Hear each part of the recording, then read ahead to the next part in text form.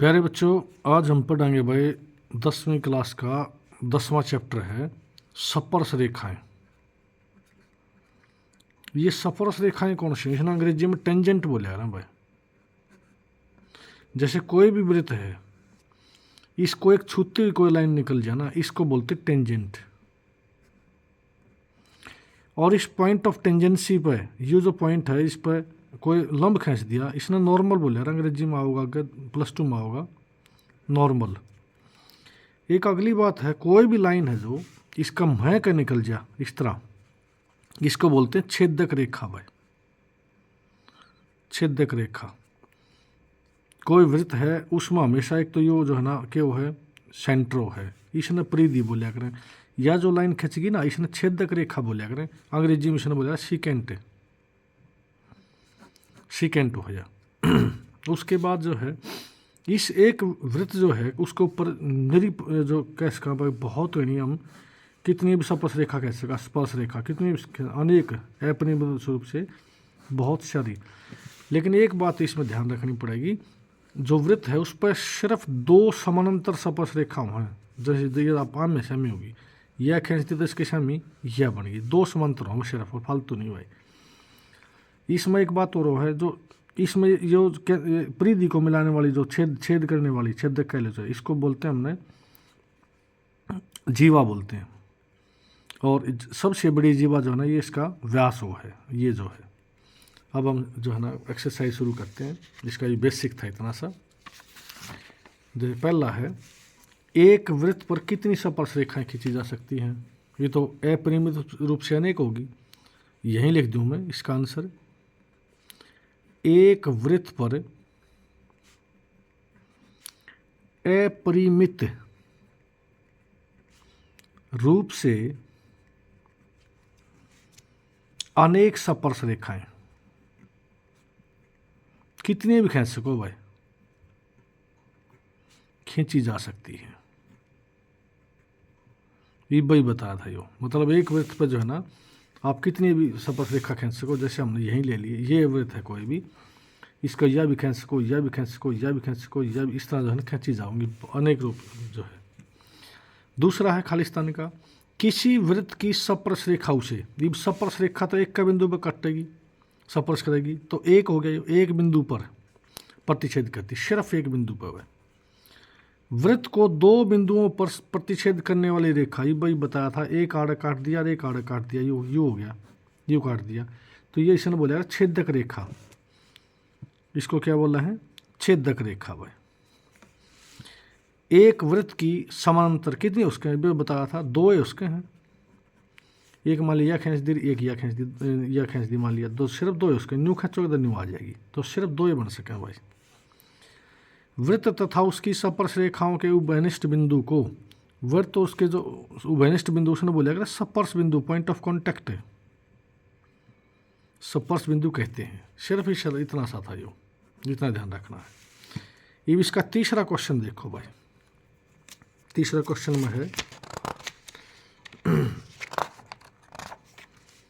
5 centimetre त्रिज्या वाले एक वृत्त के बिंदु P पर एक स्पर्श बिंदु PQ, देखो ये कोई भी वृत्त है, इस पर हमने एक कहे भाई 5 सेंटीमीटर त्रिज्या वाली, या त्रिज्या 5 सेंटीमीटर होगी मान लिया, एक वृत्त के बिंदु P पर, UP बिंदु हो गया, एक स्पर्श रेखा ले लिया है। स्पर्श रेखा PQ केंद्र O से जाने वाली एक रेखा से Q बिंदु पर, ये जो है ना, ये Q बिंदु पर जो है ना इसने मिला इससे, तो ओ जिस प्रकार की OQ कितना बन गया 12 सेंटीमीटर, UO है, OQ 12 सेंटीमीटर हो गया। तो इस PQ की लंबाई बतानी है भाई, हमने ध्यान रखना है, ध्यान से देखो एक बार। उससे पहले हम बता दें भाई, जब यू केंद्र से स्पर्श बिंदु ने कोई लाइन मिलाओगे ना, एक सीधी सी थ्योरम याद रखनी पड़ेगी तुमने, वो इस स्पर्श रेखा पर लंब आकर हमेशा 90 कोण बनाकर, ठीक है।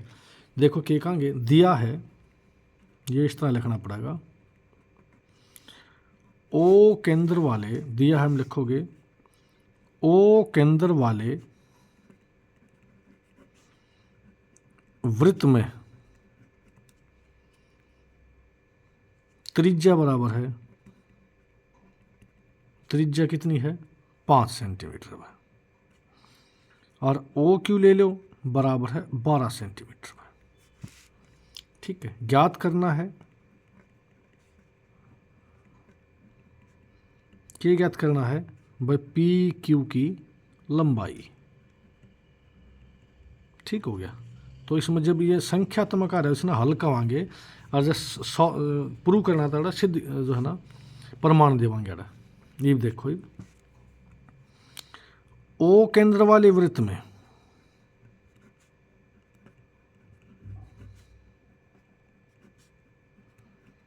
भाई पी क्यू एक स्पर्श रेखा है।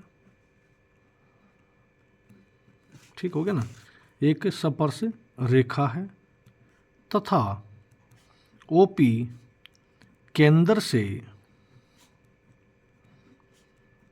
स्पर्श बिंदु को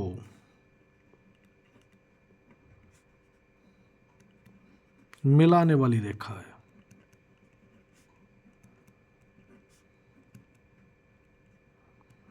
ठीक हो गया ना। तो इसलिए क्या कहोगे, जो ओपी है वो लंब किसके ऊपर हो गया भाई, पी क्यू के। ये एक थ्योरम हवा लिख देंगे, क्योंकि केंद्र से स्पर्श बिंदु को मिलाने वाली रेखा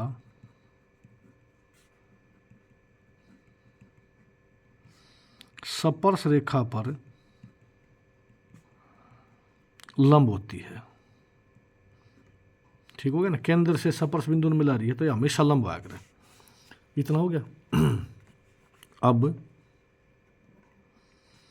समकोण त्रिभुज ओ पी क्यू में, या ओ पी क्यू ले लिया हमने, ओ पी क्यू याद है, ओ पी क्यू में पाइथागोरस प्रमेय से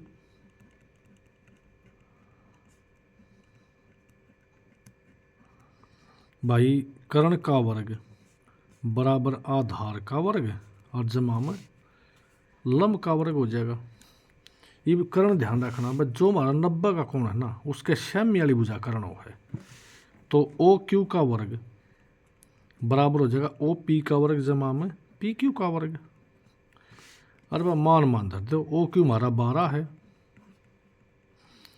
ओ पी हमारा 5 है, और पी क्यू हमने काटना है।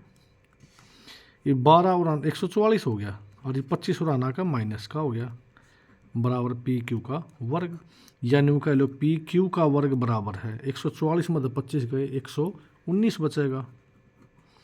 तो पी क्यू कितना आ गया, वर्गमूल 119। ये हमने काटना था, पी क्यू की लंबाई बतानी थी बस। पी क्यू की लंबाई कौन सा हो गया, डी पार्ट हो गया, यो डी हो गया भाई। तो इसलिए आंसर इसका क्या आ गया, डी आ गया भाई। ठीक हो गया। ये तीसरा क्वेश्चन हमारा कंप्लीट हो गया बच्चों। उसके बाद देखते हैं चौथा क्वेश्चन। न्यू का है, एक वृत्त खींचिए, एक दी गई समांतर रेखा दो ऐसी समांतर रेखा खींचिए जो उसमें से एक तो स्पर्श रेखा हो और दूसरी छेदक रेखा हो। देखो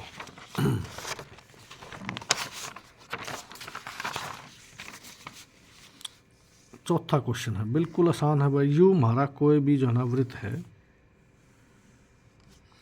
या दी गई रेखा, कोई भी या दी गई रेखा है, और लिख देंगे दी गई रेखा।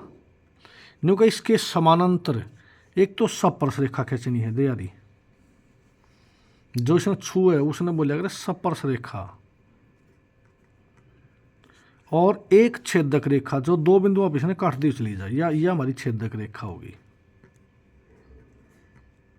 और इसमें फालतू कुछ करना ही नहीं, ये खत्म हो गया हमारा। चौथा क्वेश्चन कंप्लीट हो गया बच्चों। ठीक हो गया, 10.1 हमारी कंप्लीट होगी।